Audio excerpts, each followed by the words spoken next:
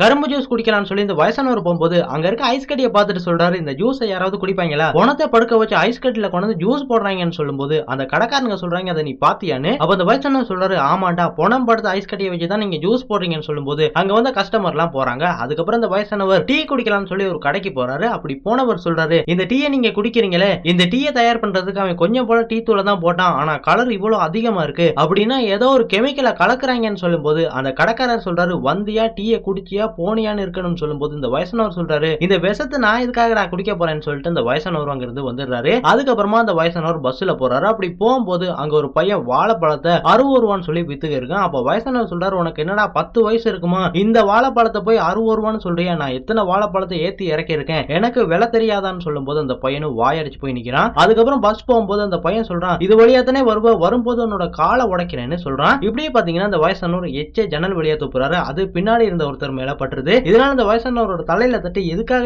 என் மூஞ்சில எச்ச துப்புனன்னு சொல்லும்போது இந்த வயசானவர் சொல்றாரு, அடிக்கணும்னு சொல்லி தானே என்னோட தலையில கைய வச்ச, வெளியில வாடா உன்னோட முதுகெலும்பு உடைக்கிறேன்னு சொல்லும்போது இந்த வயசானவரும் பயந்துடுறாரு. அதுக்கப்புறமா பஸ் ஒரு ஊருக்குள்ள கொண்டு வந்து நிப்பாட்டுறாங்க. இந்த வயசானவர் இறங்கி வந்து ஒரு கடையில போயிட்டு 20 ரூபாய்க்கு பால் கோவா வாங்குறாரு. இத பாத்தீங்கன்னா பஸ்ல இவர் கூட வந்தவர் பாத்துக்கு இருக்காரு. அதுக்கப்புறமா அந்த பால் கோவாவை எடுத்துட்டு நடுவழியில நடந்து போறாரு. எங்க போறான்னு சொல்லி பார்த்தா இவரோட பொண்ணு வீட்டுக்கு தான் போறாரு. அப்ப பொண்ணு அப்பாவை பார்த்து அதிர்ச்சி அடைஞ்சு, எப்பப்பா வந்தீங்க, கொஞ்ச நேரம் ரெஸ்ட் எடுங்கப்பான்னு சொன்னதுக்கு அப்புறமா இந்த வயசானவரும் அந்த இடத்துல படுத்து தூங்குறாரு. அதுக்கப்புறம் அந்த பொண்ணு அப்பாவுக்கு கஞ்சி கொண்டு கொடுத்து இதை குடிப்பான்னு சொல்லும்போது அப்பா அந்த கஞ்சியை குடிக்கும் போது கையெல்லாம் நடுங்குது. இதை பார்த்த பொண்ணு சொல்றா, வர்ற வழியில எதுவும் சாப்பிட்டு வர மாட்டியா, பாரு கையெல்லாம் நடுங்குதுன்னு சொல்லும்போது அப்பா சொல்றாரு, நீ எப்படிமா இருக்க, நல்லா இருக்கியான்னு சொல்லும்போது பொண்ணு நான் நல்லா இருக்கேன்னு சொல்லும்போது அப்பா பொண்ணோட சாரியெல்லாம் கிழிஞ்சிருக்கத பார்த்தோன்னே நீ ரொம்பவே கஷ்டப்படுறமான்னு சொல்லிட்டு அவர் கொண்டு வந்த கொஞ்சம் பணத்தை பொண்ணு கிட்ட கொடுக்குறாரு. அப்ப அந்த இடத்துல பாத்தீங்கன்னா அந்த பொண்ணோட பையன் வரான். பையனை பார்த்த தாத்தா சொல்றாரு, தம்பி என்கிட்ட வாப்பா, அவனுக்கு பால்கோவா வாங்கிட்டு வந்திருக்கேன்னு சொல்லும்போது இந்த பையன் வரமாட்டேன்னு சொல்றான். உடனே அவரு கொண்டு வந்த கோழி குண்டை காட்டணும்னு அந்த பையன் ஓடி வந்து அந்த வயசானவரை கட்டி பிடிக்கிறான். இப்படியே இந்த ஷார்ட் பிலிமே முடிக்கிறாங்க.